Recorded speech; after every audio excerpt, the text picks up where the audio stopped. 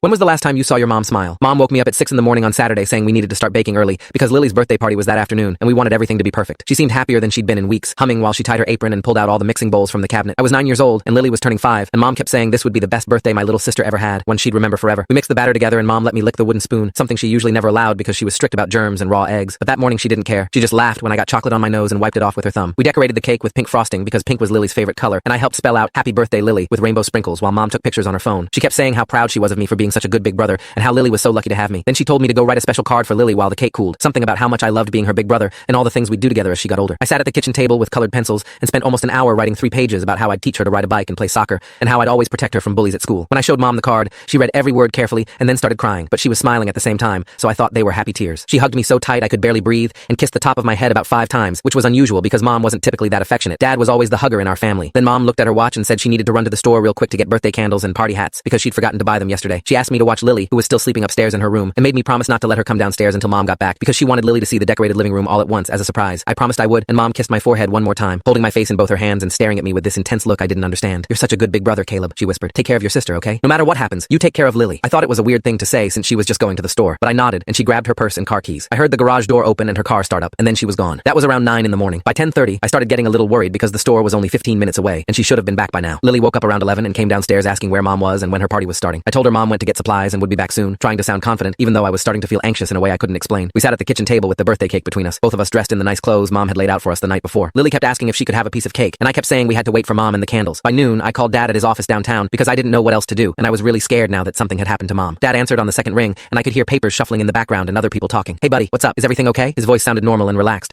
like it was just a regular Saturday, and he had no idea anything was wrong. I told him Mom had left 3 hours ago to get birthday supplies and hadn't come back yet, and I didn't know what to do because Lily was asking for her, and I was supposed to be watching her, but I was worried. There was a long silence on the other end of the phone, so long that I thought the call had dropped, but then Dad's voice came back, and it sounded completely different, tight and strained like he was having trouble breathing. "Stay right there with Lily. Don't go anywhere. I'm coming home right now." He hung up before I could ask any questions. Dad got home 20 minutes later, which meant he must have driven way faster than he should have because his office was normally 30 minutes away. He came through the front door looking pale and scared in a way I'd never seen before, his tie loosened and his shirt wrinkled like he'd been pulling at it. He saw me and Lily sitting at the kitchen table with the birthday cake and stopped in the doorway, just staring at us with this expression that made my stomach hurt. "Where's Mom?" Lily asked him, swinging her legs under the chair. "When is my party starting?" Caleb made me a really long card, and I want to read it, but he said I have to wait. Dad didn't answer her. He just walked past us toward the stairs, and I heard him running up to the second floor. I heard doors opening and closing, drawers being pulled out, and then this sound that I'd never heard my father make before, something between a gasp and a sob. He came back downstairs a few minutes later, and his eyes were red. "Did you check the garage?" I asked, suddenly thinking maybe Mom had come home and I just hadn't heard her because Lily had been talking so much. Dad shook his head and went through the kitchen to the door that led to the garage, and I heard him open it, and then heard him say a word he never usually said in front of us. He came back and looked at me and Lily, and I could tell he was trying to figure out what to say. "Is Mom okay?" I asked, my voice coming out smaller than I wanted. "Did something happen to her?" Dad sat down in the empty chair at the table, the one where Mom usually sat, and he put his head in his hands for a minute. That's when the story takes a turn I never expected. Full